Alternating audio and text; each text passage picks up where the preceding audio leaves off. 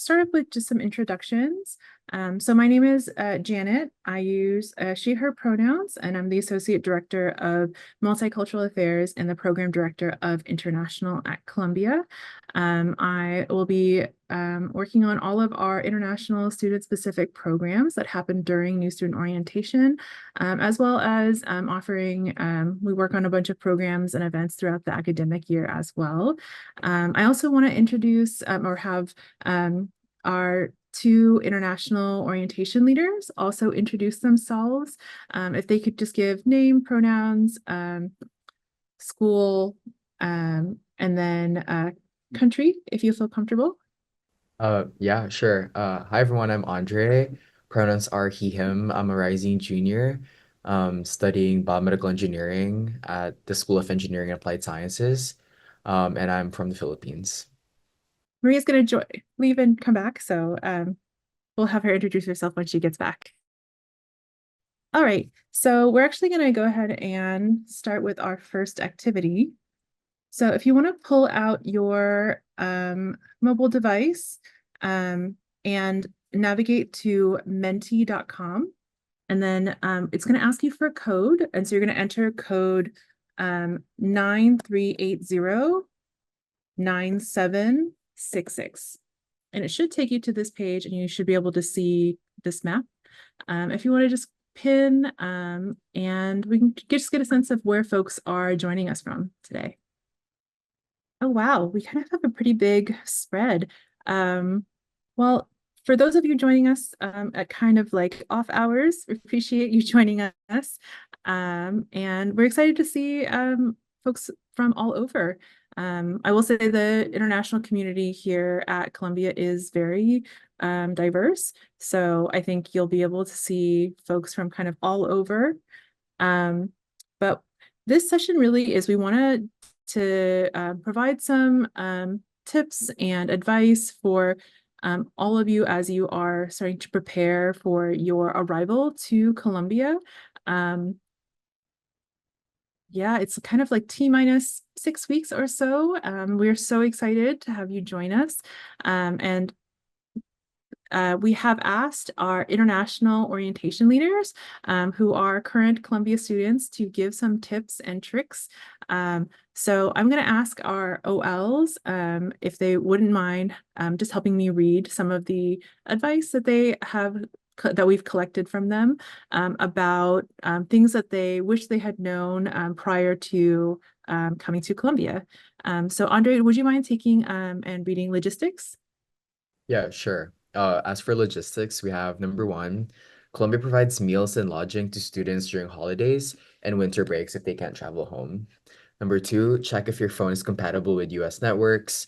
Number three, getting an SSN early will be super helpful for future job applications. Four, research bank information in New York before coming. And lastly, you can start a phone plan with your friends. The more friends, the lower the costs. Hi everyone, I'm Marie. I use she, her pronouns. I'm a rising junior at Columbia College and I'm studying applied math on the pre-med track. I'm Palestinian, but I was born and raised in the UAE.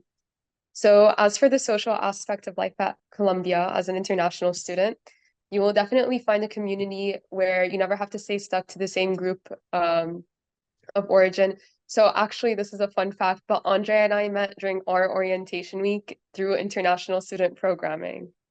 So you never know. The international community is so small, so you really get to meet a lot of people and they get to become your really good friends. Again, you have a huge international community at both at Columbia and in New York City. And a huge perk of the social life at Columbia is you have the possibility to always be knowledgeable of student life and clubs or organizations that are student run. And this means it's a great way to connect with other students as well. Academic slash work. Number one, preparation for a rigorous academic environment. So the Columbia is a very hard school, I will say. So it does take a while to, transition into the academic environment here. But there are systems and structures in place that will help you acclimate better to your classes, and there's a lot of, resources available for you to like acclimate better. Number two, the student population is not limited to undergrads. You can connect with grads too. So you can do this with, your extracurricular activities. I get to meet a lot of grad students in my lab, clubs as well. There's a lot of pre-professional clubs here. And number three, availability of work opportunities and internships, which are an email away. I can attest to this. So there's a resource called TCE at Columbia Career um, Education, I think. And you also get like your own counselor in your department, and they've been so helpful with connecting me with resources outside of Columbia. So definitely make use of that pipeline and that network. So. As for the personal aspect to being international at Columbia, it's definitely okay to feel intimidated at first. I did as well. I'm pretty sure Andre could say that he did too. Um, Again, dealing with imposter syndrome, just don't let it get to you. You guys are really bright. Just know that. Also getting around the city and campus. In the beginning, it could be a little hard, but Google Maps honestly is a lifesaver, and so is the subway. And the importance of reaching out for guidance. There are so many resources for you at Columbia, like CCE. You also have CPS, so please reach out if you feel like you need help. It's okay. And budgeting in a different country, sometimes it's weird. Sometimes whenever I come back home, I start thinking in dollars, and when I go back to the US, I start thinking in dirhams.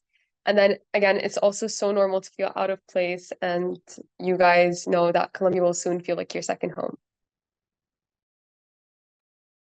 Yeah, I can take on culture.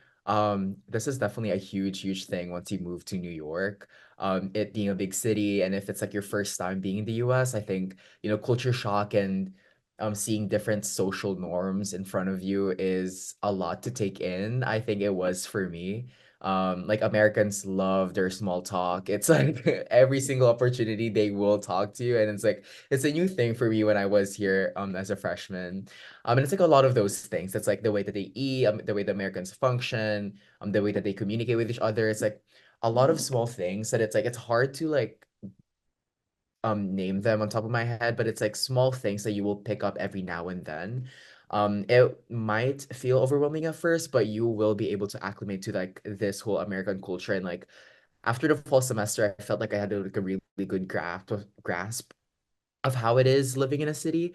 But yeah, definitely it's like I think a huge chunk of the excitement that comes with being an international student is just acclimating to a new culture and a new environment. And from this experience, you get to truly learn a lot about Colombia, about the city, and about the US at large. So yeah. And as for the additional section, you can start building your credit score without a social security number at certain banks like the Bank of America. There are a lot of lab opportunities and on-campus jobs open to freshmen, so don't be scared to reach out, or even as an upperclassman. I know I had one, I have one. And people are also interested in learning our international background, and that's very true. Everyone's always interested in learning who you are, where you're from. And I'm a big foodie, so I always like asking people what their favorite national dishes, or sorry, what their favorite dishes from back home. So next we are going to play a game. So what we're going to do is we have some Columbia trivia. So kind of test your knowledge of how well you know some Columbia history, and we'll see how it goes. I think every answer will have an A, B, C, or D. So you can just input the letter. So the first question is, when did Columbia College start admitting women? A, 1954, B, 1966, C, 1975, D, 1983. And the answer is D. So folks who selected 1983, you are correct. All right, next question is, how many individuals affiliated with Columbia as alumni have won Nobel Prizes? A, 94, B, 78, C, 103, D, 114. Alrighty.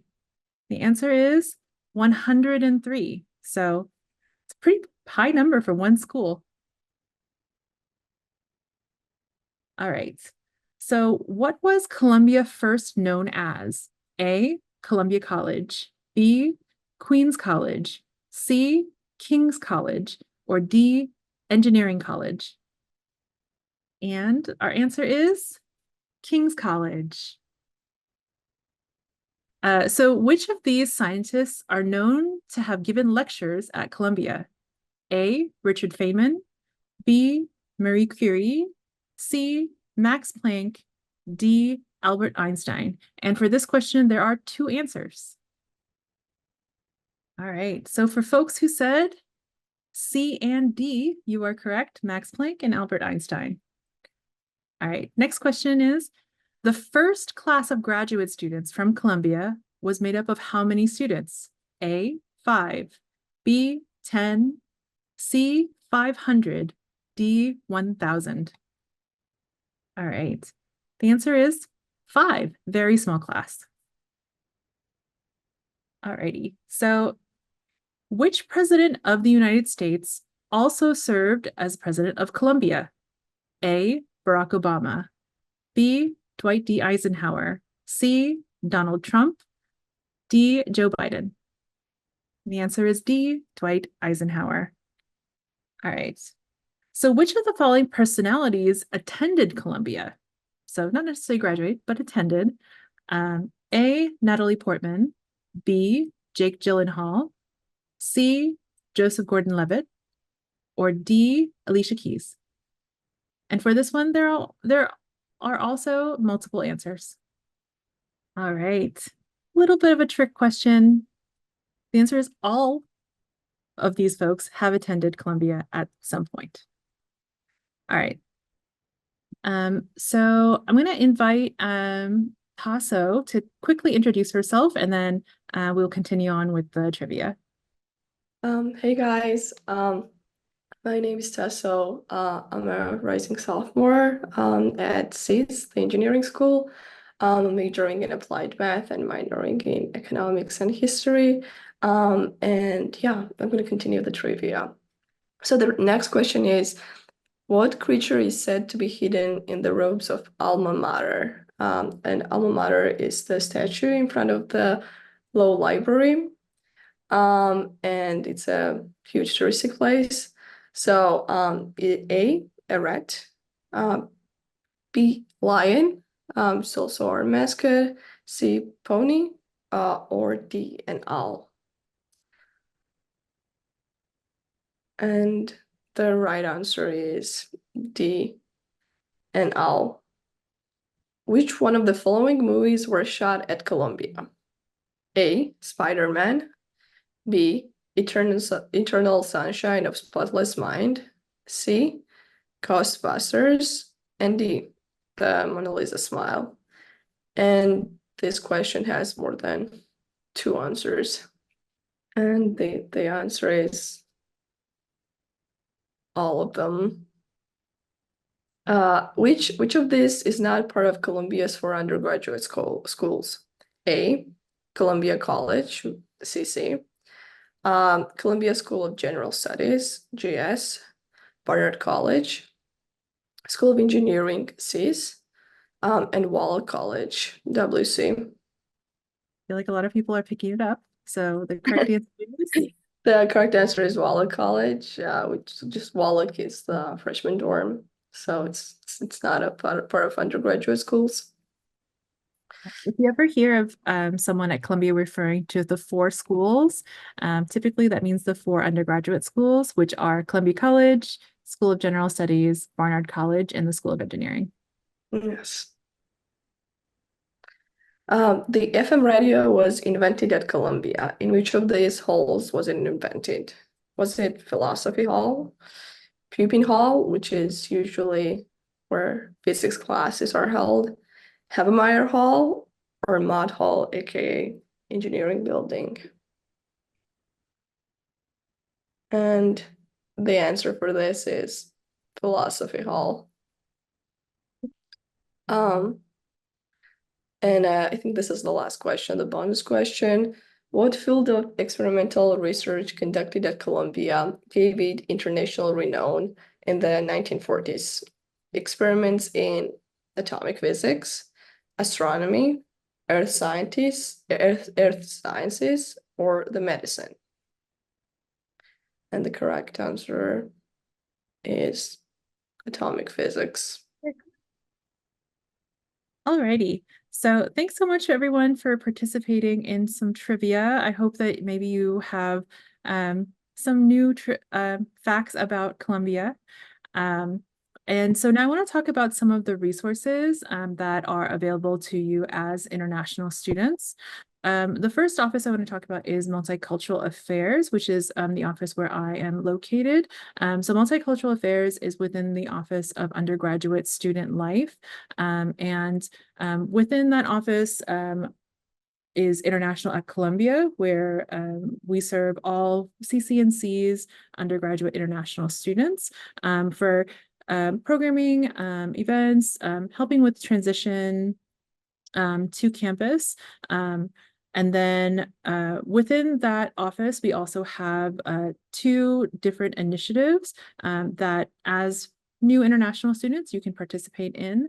The first is the Global Ambassador Program. It's an intercultural mentorship and dialogue series that meets usually 2 or 3 times a month, and it includes students from CCNCs from all class years, and both domestic and international students. So if you're interested in kind of small group, intercultural dialogue, wanting to build friendships with people maybe you wouldn't interact with outside of classes, I think GAP is a great option. And applications for that program will open around mid-August, and we'll send that out via email to folks as well. The second opportunity for first-year international students is the International Student Advisory Board. So the advisory board is made up of about 10 CCNC's international students, again, from all different class years. And their primary focus is advocacy for the international student community here at Columbia. They do a variety of different projects, but also they help with providing feedback, elevating issues or concerns of the international student community to relevant campus offices. As part of the board, there are 3 first-year representative positions. And again, the applications for the International Student Advisory Board will open around mid-August.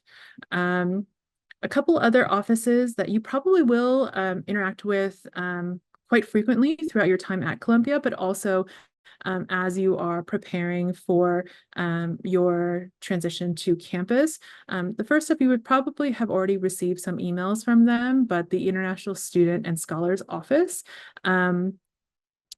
that's who you're going to have. If you have any questions about visa status, documentation, travel, that is the office that you are going to be able to find a lot of that information. If you go to their website at issa.columbia.edu, but also you'll be able to schedule appointments with ISSO advisors.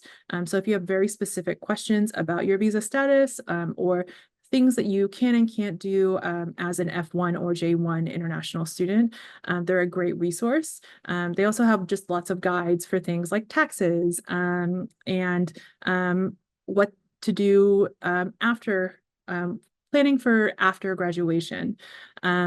And kind of speaking about that, I think, we get a lot of questions from international students about wanting to find employment or internships. And they also will have some very specific information on the ISO website about work authorization. The other office is the Center for for Student Advising. And as a first-year student in both CC and Cs, everyone is assigned a advisor through the Center for Student Advising, who is there to support you as you start your academic program. So definitely I recommend visiting their website, which is cc-cs.columbia.edu/CSA. And they can help, you can schedule an appointment, a virtual appointment, or once you get to campus, a in-person appointment. And they can also help you with any questions that you might have as you're planning for your time at Columbia. So that includes if you plan on studying abroad, or if you plan on maybe thinking about what majors you might be interested in, or different academic programs. They're a great resource. There will also be sessions during new student orientation where you'll be able to get some in-depth advising and get questions answered as well. So I will say, and I feel like our international OLs can back me up, it's not something that you really have to stress out about right now.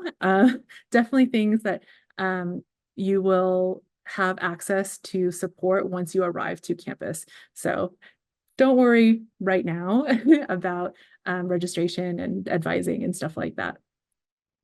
All right, and then next, just some general resources that I think international students have found helpful, especially in their first semester.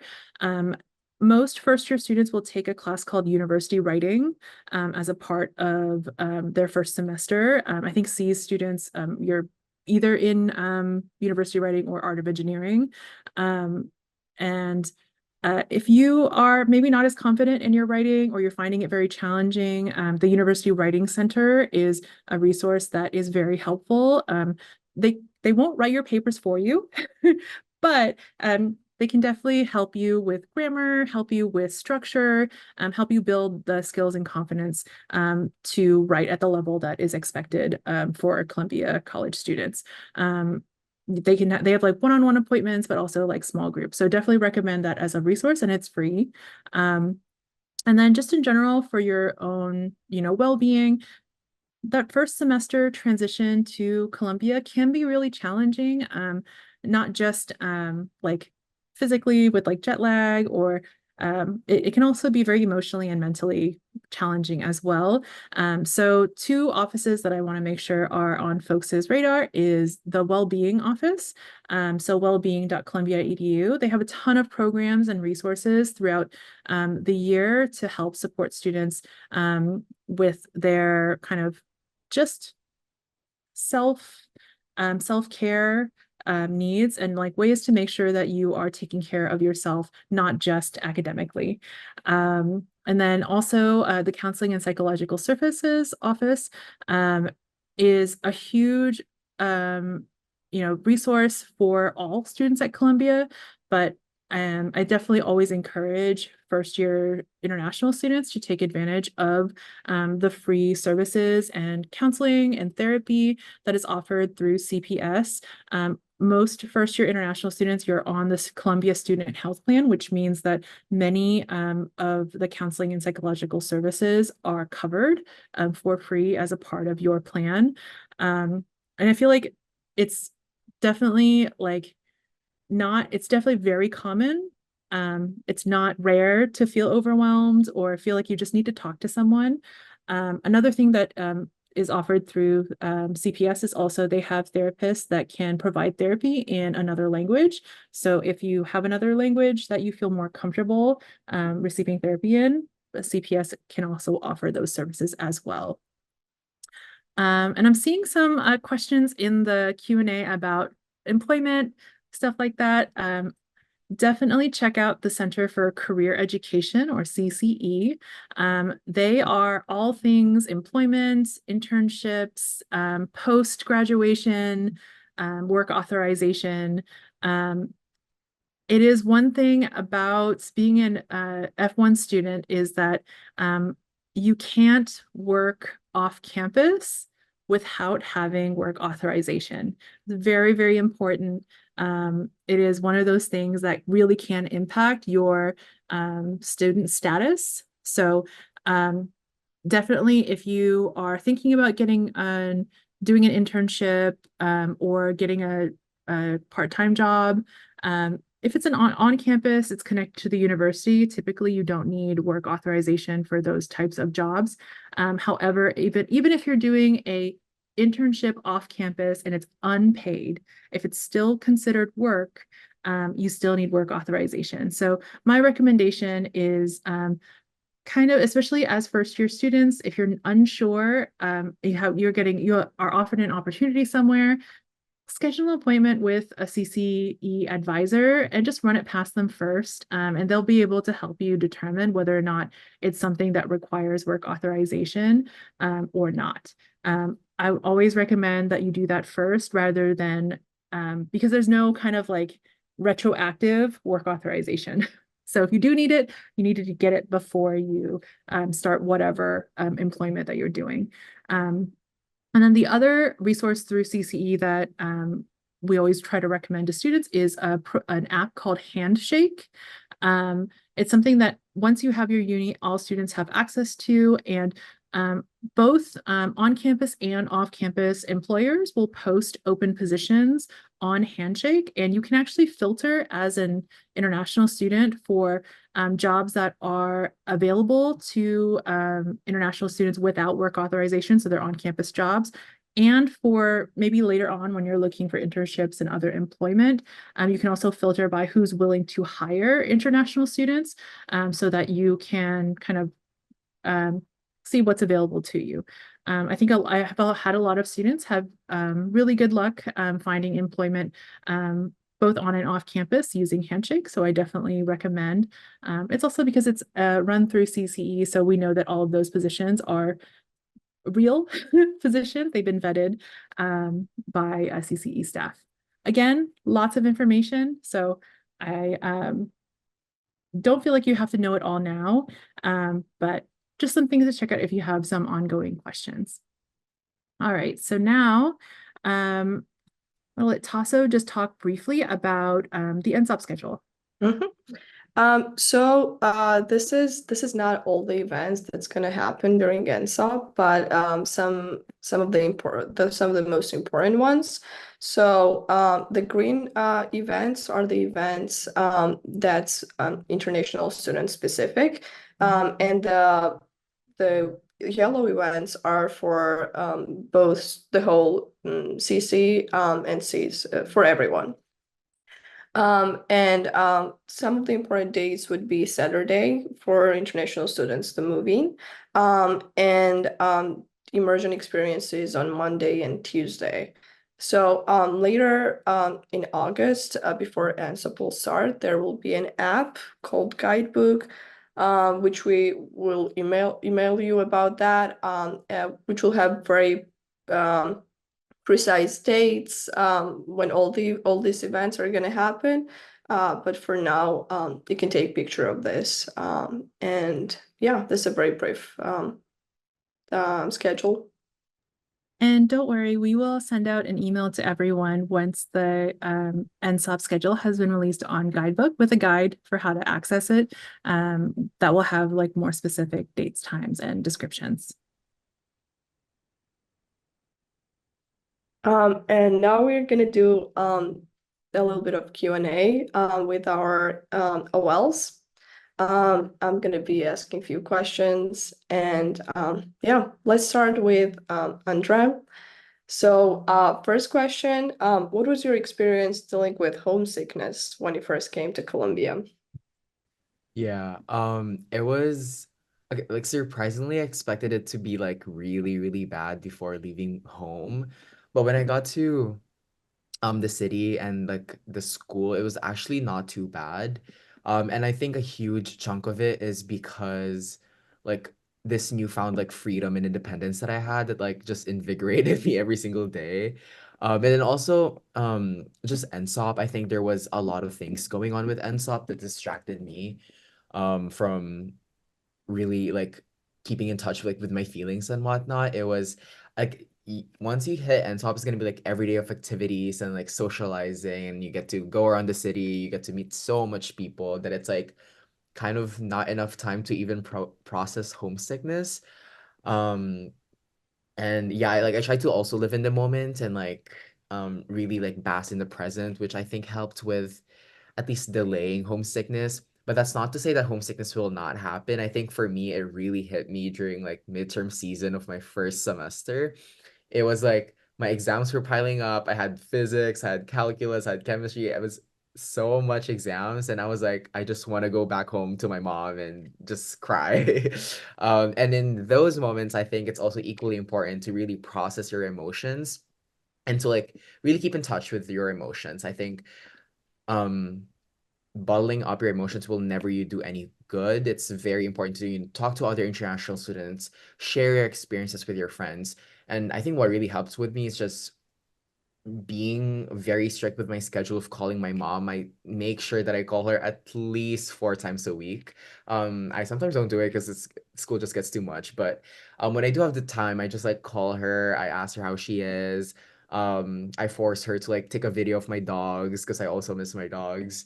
Um, but yeah, and I think one resource that also helped me that I know Jana has discussed earlier was CPS. Freshman year was like just beyond school and everything, like life also happened and was like a lot for me. And reaching out to CPS definitely, most definitely helped.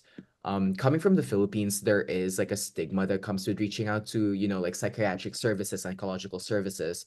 But I will say that the CPS is a very safe and comfortable space for you to, express what you're feeling and to really process everything that's going on with your life. Um, and yeah, it definitely made my whole like emotional experience during freshman year a lot more tolerable. So if it does get to like a point where it gets kind of overwhelming for you, that it gets distracting for your academics, I definitely recommend reaching out to CPS. It's right there. It's at Learner. I lived in Carmen, so it's like a 2-minute walk away from me. And I love my psychiatrist so much. So yeah, there's a lot of like support systems available for you if you do feel homesick. Um, but yeah. Thank you. So it was a really good answer and some really good advice, which I agree with. And for Marie, what was the most challenging part of your freshman year and how did you deal with it?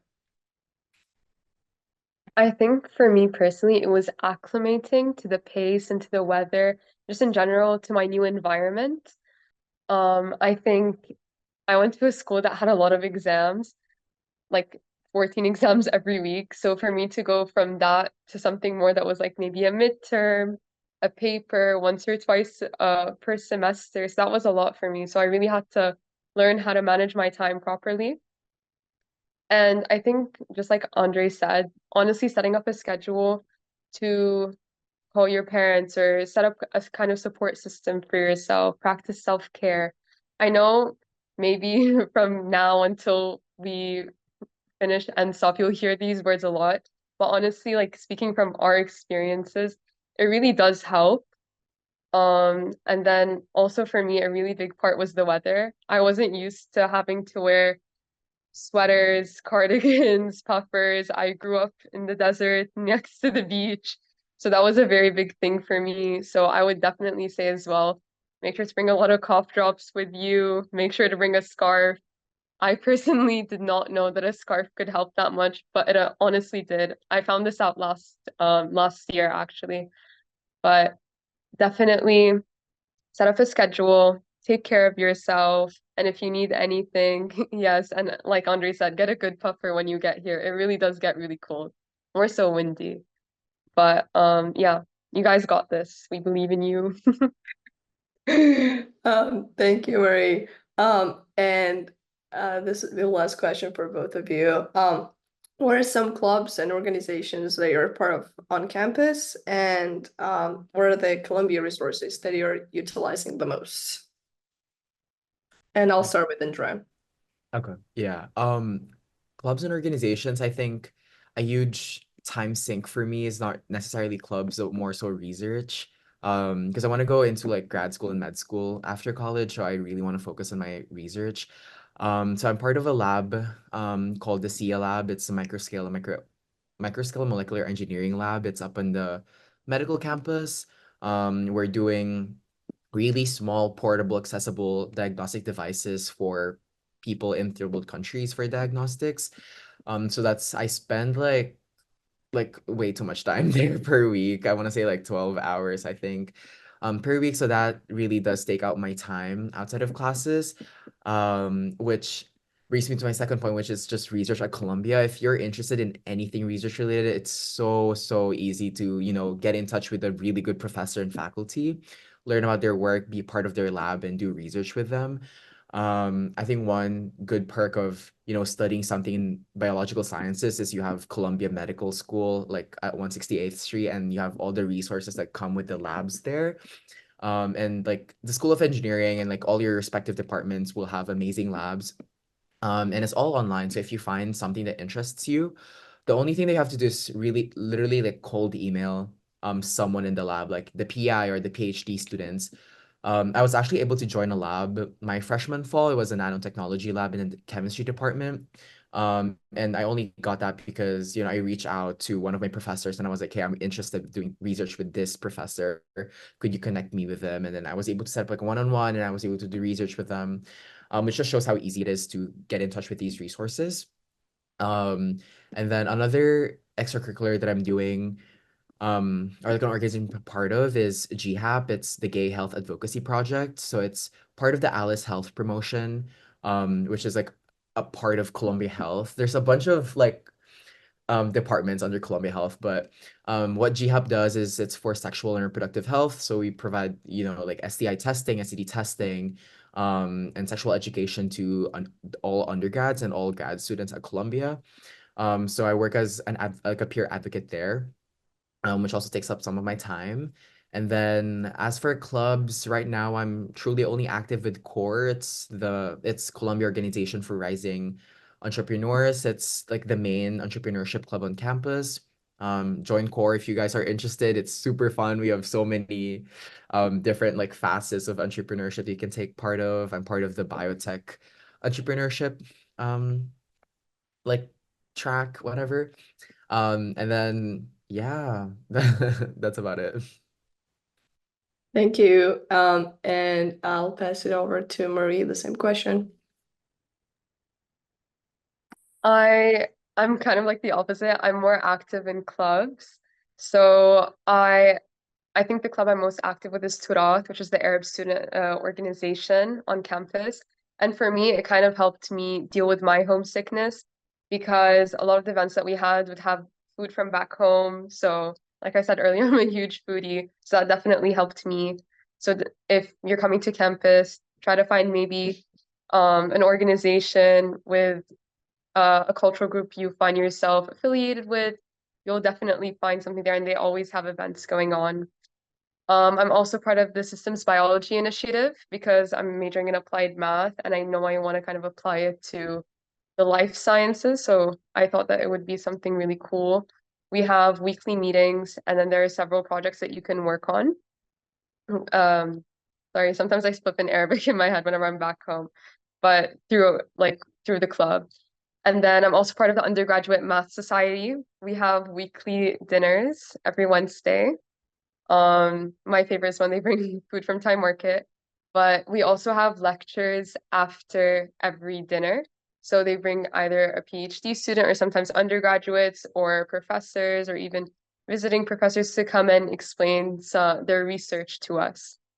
And then a resource that I really like that we have at Columbia is Clio. I feel like not a lot of people maybe would say that, but Clio is kind of like our e-library in a way. So you can find a lot of books online, maybe books that you can borrow from Low Library and other libraries on campus, because we can also borrow books from Barnard's library, Milstein Library.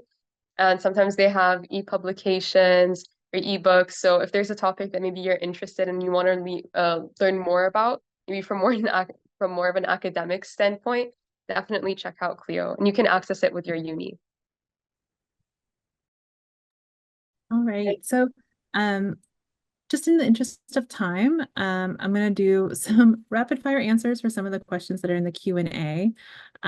So for any questions about move-in to campus, for first-year students, you should be receiving an email in the next week or so from housing, which will have more specific information about your move-in check-in information, packages, all of that stuff. So just look out to your Columbia email for that information.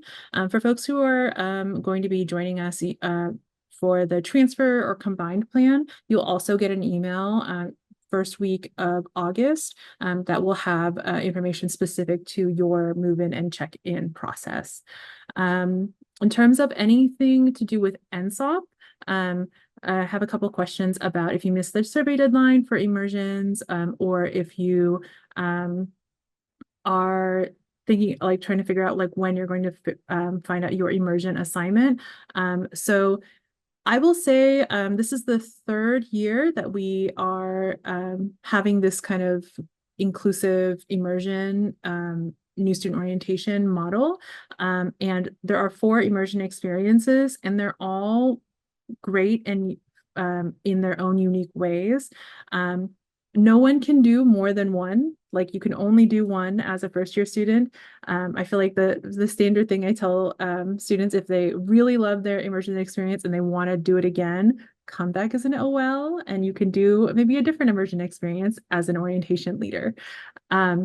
So I wouldn't worry too much if you weren't able to fill out the survey. You'll still get placed in one of the 4 immersion experiences, and you're still going to have a great experience just overall with NSOP. Let's see. I think just in general, you know, this is just the first of our international student specific programming. Once you arrive to campus, like Tasso said earlier, there's a whole slate of programs. So if you have additional questions, you'll be able to interact with not just myself and Tasso, but there's also a whole bunch more of international orientation leaders who are very excited to meet you that can answer some of your kind of more specific transition questions or the experience of being an international student. But yes, unfortunately, we are running close to our deadline. So before we end today, I want to invite you all to scan this QR code. You can also enter the URL, and this will let you join the International at Columbia mailing list, which is active throughout the year. So you'll get information that is specific to international students at Columbia, and also have information about upcoming programs and events that are targeted to the international community here at Columbia. And then if you do have any lingering questions that you have, you can also email my office at international@columbia.edu. If it's something specific to being an international student at Columbia, if you have very specific NSOP questions, you can email NSOP, the general NSOP email for those kind of more specific questions. Or you can just email international. I'm also happy to refer you. But overall, thank you all so much for joining us from all time zones. We're so excited for you to arrive here on campus. And I want to thank our orientation leaders for joining us today. And I know that they are super excited to welcome you to campus as well. All right, thank you all.